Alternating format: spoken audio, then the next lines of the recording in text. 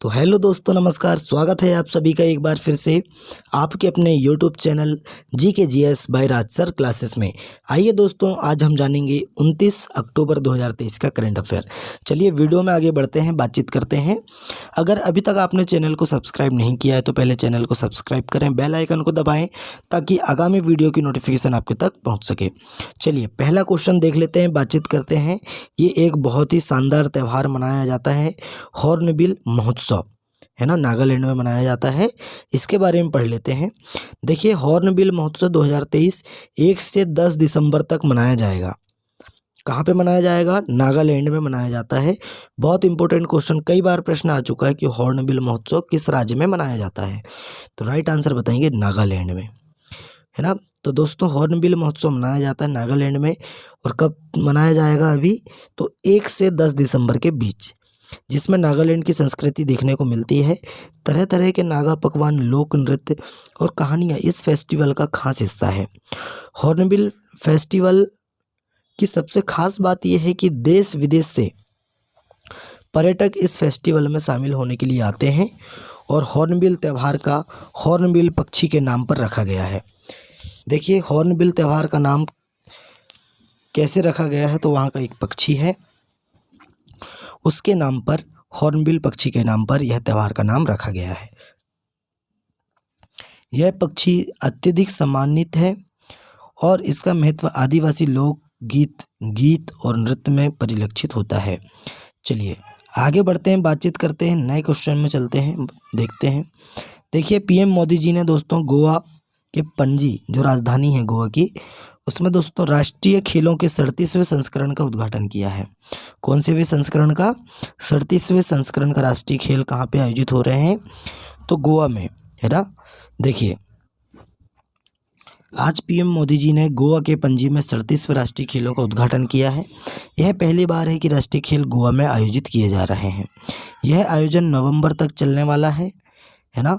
और इसमें दोस्तों 37वें राष्ट्रीय खेलों का आधिकारिक तौर पर उद्घाटन प्रधानमंत्री नरेंद्र मोदी जी ने गोवा के पणजी में आयोजित एक समारोह में किया।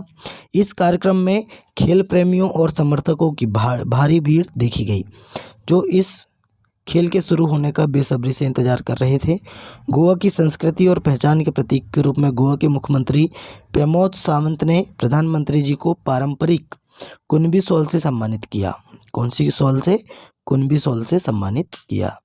चलिए आगे बढ़ते हैं, बातचीत करते हैं, नेक्स्ट क्वेश्चन में चलते हैं।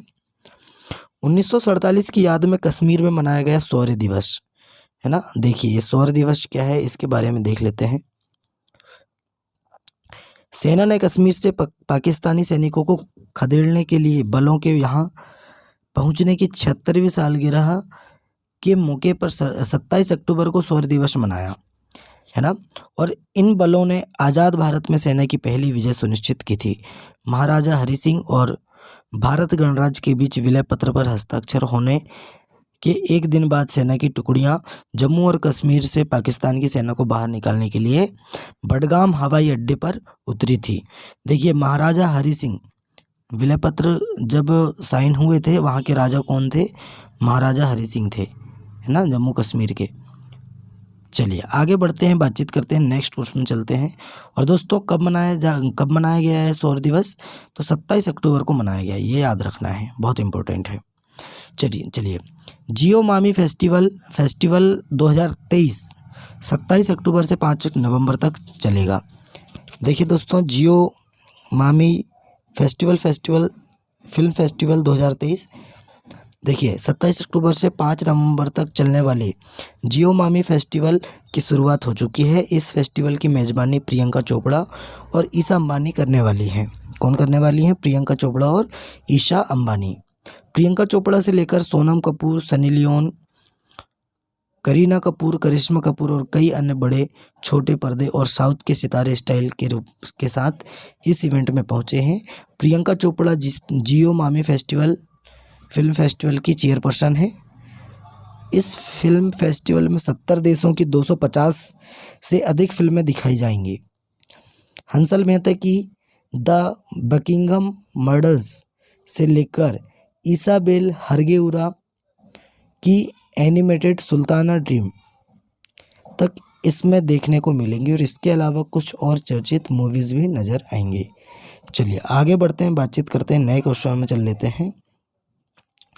देखिए दोस्तों, केंद्रीय मंत्री हरदीप सिंह पुरी जी ने नई दिल्ली में 16वें शहरी गतिशीलता भारत सम्मेलन का उद्घाटन किया। तो केंद्रीय मंत्री हरदीप सिंह पुरी जी ने नई दिल्ली में 16वें, कौन से नंबर के, 16वें शहरी गतिशीलता भारत सम्मेलन का उद्घाटन किया है ना। इसको याद रखना है, बहुत इंपॉर्टेंट क्वेश्चन है। और दोस्तों 3 दिवसीय सम्मेलन का आयोजन आवास एवं शहरी मामलों के मंत्रालय के तहत मेट्रो रेल कॉरपोरेशन लिमिटेड के सहयोग से किया जा रहा है। एकीकृत और लचीला शहरी परिवहन सम्मेलन का विषय है, विषय क्या है इसका, एकीकृत और लचीला शहरी परिवहन। इसका उद्घाटन 27 अक्टूबर को केंद्रीय मंत्री हरदीप सिंह पुरी जी ने किया। सम्मेलन का मुख्य एजेंडा शहरों में कुशल, उच्च गुणवत्ता, एकीकृत और लचीली शहरी परिवहन प्रणालियों का डिजाइन और कार्यान्वयन होगा। चलिए आगे बढ़ते हैं, नेक्स्ट क्वेश्चन में चल लेते हैं, बातचीत करते हैं नेक्स्ट प्रश्न में। अगला क्वेश्चन आता है, सुल्तान इब्राहिम बने मलेशिया के नए राजा। हमने आपको पहले 28 अक्टूबर के जो करंट अफेयर थे उसमें भी हमने आपको बता चुके हैं। तो मलेशिया में सुल्तान इब्राहिम इस्कंदर को नया राजा चुना गया है। वे 31 जनवरी 2024 को वर्तमान राजा अल सुल्तान अब्दुल्ला से पदभार ग्रहण करेंगे।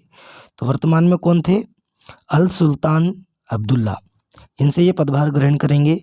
सुल्तान इब्राहिम को 17वां राजा चुना गया है। कौन से नंबर के राजा हैं ये, 17वें नंबर के राजा हैं। और अल सुल्तान अब्दुल्ला 16वें नंबर के राजा हैं। मलेशिया में राजा का पद काफ़ी हद तक औपचारिक है, लेकिन वे प्रधानमंत्री जैसी प्रमुख नियुक्तियों की देखरेख करते हैं। देश में लंबे समय तक राजनीतिक अस्थिरता के कारण हाल के वर्षों में राजशाही अधिक प्रभावशाली हो गई है। चलिए आगे बढ़ते हैं, बातचीत करते हैं, नए क्वेश्चन में चलते हैं। देखिए, भारत में टाटा बनाएगी दोस्तों आईफोन, है ना। टाटा कंपनी है वो आईफोन बनाने वाली है और विस्ट्रॉन के प्लांट का करेगी अधिग्रहण। देखिए, ताइवान में स्थित इलेक्ट्रॉनिक्स निर्माता कंपनी और आईफोन मैन्युफैक्चरर्स विस्ट्रॉन के बोर्ड ने टाटा समूह को $12.5 करोड़ में भारतीय इकाई बेचने की मंजूरी दी है। टाटा समूह भारत में विस्ट्रॉन के प्लांट में आईफोन को असेंबल करेगा, जिसकी जानकारी इलेक्ट्रॉनिक्स एवं प्रौद्योगिकी राज्य मंत्री राजीव चंद्रशेखर ने सोशल नेटवर्किंग प्लेटफॉर्म एक्स, पहले जो ट्विटर नाम था उसका, अब उसका नाम है एक्स, पर एक पोस्ट करके दी है। इसके साथ ही टाटा समूह भारत का पहला आईफोन मैन्युफैक्चरर बनने के लिए पूरी तरह से तैयार है। चलिए आगे बढ़ते हैं, बातचीत करते हैं, नए क्वेश्चन में चल लेते हैं। देखिए, जय भीम मुख्यमंत्री प्रतिभा विकास योजना, कौन सी योजना, जय भीम मुख्यमंत्री प्रतिभा विकास योजना का उद्घाटन, है ना, योजना का दिल्ली सरकार द्वारा अनावरण किया गया। तो दिल्ली सरकार ने इसका अनावरण किया है ना। दिल्ली सरकार जय भीम मुख्यमंत्री प्रतिभा विकास योजना के तहत मुफ्त कोचिंग के लिए SC ST OBC EWS श्रेणियों के पात्र छात्रों से आवेदन आमंत्रित कर रही है। देखिए, राष्ट्रीय राजधानी क्षेत्र दिल्ली सरकार जय भीम मुख्यमंत्री प्रतिभा विकास योजना के तहत मुफ्त कोचिंग के लिए SC ST OBC EWS श्रेणियों के पात्र छात्रों से आवेदन आमंत्रित कर रही है। इस पहल का उद्देश्य विभिन्न प्रतियोगी परीक्षाओं और प्रवेश परीक्षाओं के लिए कोचिंग प्रदान करना है ना। चलिए आगे बढ़ते हैं, बातचीत करते हैं, नेक्स्ट क्वेश्चन में चलते हैं। चीन के पूर्व प्रधानमंत्री ले केकियांग का 68 वर्ष की उम्र में निधन हो गया है। ये भी हमने आपको पहले पढ़ा चुके हैं, इसमें ज़्यादा बताने का नहीं है। सिर्फ इतना पूछेगा कि ले केकियांग जी का निधन हुआ है, वह किस देश के प्रधानमंत्री थे। तो पूर्व प्रधानमंत्री थे चीन के, बस इतना याद रखना। 27 अक्टूबर को इनका निधन हुआ है। इनकी उम्र थी दोस्तों 68 ईयर्स। चलिए आगे बढ़ते हैं, बातचीत करते हैं, नए क्वेश्चन में चलते हैं। देखिए, 15 नवंबर को विकसित भारत संकल्प यात्रा शुरू करेंगे प्रधानमंत्री मोदी जी। कब करेंगे, तो 15 नवंबर को करेंगे। देखिए इसमें क्या होगा, देखिए प्रधानमंत्री नरेंद्र मोदी जी आदिवासी स्वाधीनता सेनानी बिरसा मुंडा की जयंती के मौके पर 15 नवंबर को विकसित भारत संकल्प यात्रा का शुभारंभ करेंगे। यह यात्रा दोस्तों 2500 से अधिक IIC वैन के साथ 14,000 से ज़्यादा स्थानों पर 2.5 लाख ग्राम पंचायतों और 3700 शहरी स्थानीय निकायों को कवर करेगी। यात्रा आदिवासी इलाकों से शुरू होगी और 2 महीने तक चलेगी। सूचना एवं प्रसारण मंत्रालय के सचिव ने यह जानकारी दी है। कब से शुरू होगी यह यात्रा? तो 15 नवंबर से शुरू होगी। चलिए आगे बढ़ते हैं, बातचीत करते हैं। नेक्स्ट क्वेश्चन में चलते हैं। देखिए, भारत के टेक एक्सपर्ट्स को UN की AI सलाहकार संस्था में मिली जगह। देखिए, भारत के प्रतिष्ठित टेक्नोलॉजी विशेषज्ञों को संयुक्त राष्ट्र महासचिव द्वारा घोषित नई AI सलाहकार संस्था में नामित किया गया है। इस AI सलाहकार संस्था को 26 अक्टूबर 2023 को संयुक्त राष्ट्र महासचिव कौन है? एंटोनियो वॉन गुटेरेस द्वारा घोषित किया गया है ना। और दोस्तों, यह संस्था आर्टिफिशियल इंटेलिजेंस को नियंत्रित करने के लिए अंतर्राष्ट्रीय समुदाय के प्रयासों का समर्थन करेगी। ये भी आपको याद रखना है। चलिए आगे चलते हैं। नेक्स्ट क्वेश्चन और आज का लास्ट क्वेश्चन है हमारा। सेफ्रॉन एयरक्राफ्ट इंजन के पुर्जे बनाने के लिए हिंदुस्तान एरोनॉटिक्स लिमिटेड HAL और साफरान एयरक्राफ्ट ने समझौता किया है। इसमें पढ़ लेते हैं। HAL और साफरान एयरक्राफ्ट इंजन ने एरोस्पेस में औद्योगिक सहयोग बढ़ाने के लिए एक समझौता ज्ञापन पर हस्ताक्षर किए हैं।